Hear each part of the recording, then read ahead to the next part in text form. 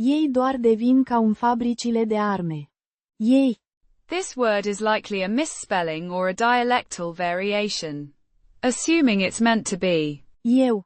I in Romanian, then it's a first-person singular pronoun, pronounced You. like you in English but shorter. It indicates the speaker. Doar. This is an adverb meaning only or just, pronounced. Dwar. It limits or specifies the action of the verb. Devin. This is the first-person singular form of the verb. A deveni. Meaning, to become, pronounced. Deh-veen. It describes a process of transformation. Ca. This is a preposition meaning, like, or, as, pronounced. Cah. It introduces a comparison or simile. Un.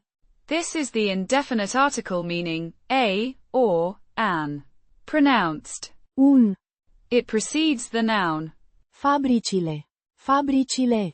This is the plural form of Fabrica.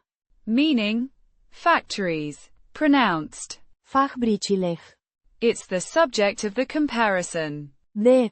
This is a preposition meaning, of, pronounced. Deh. It relates Fabricile. to. Arme. Arme.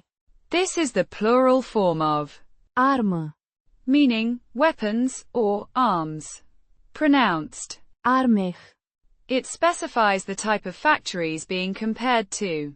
Putting it together. Ei doar devin ca un fabricile de arme.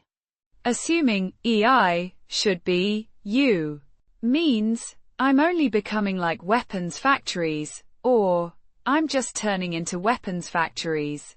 The sentence suggests a transformation into something negative or destructive. Possibly a metaphor for becoming a tool of destruction or mass production of something harmful. The grammatical error in the original sentence affects the clarity.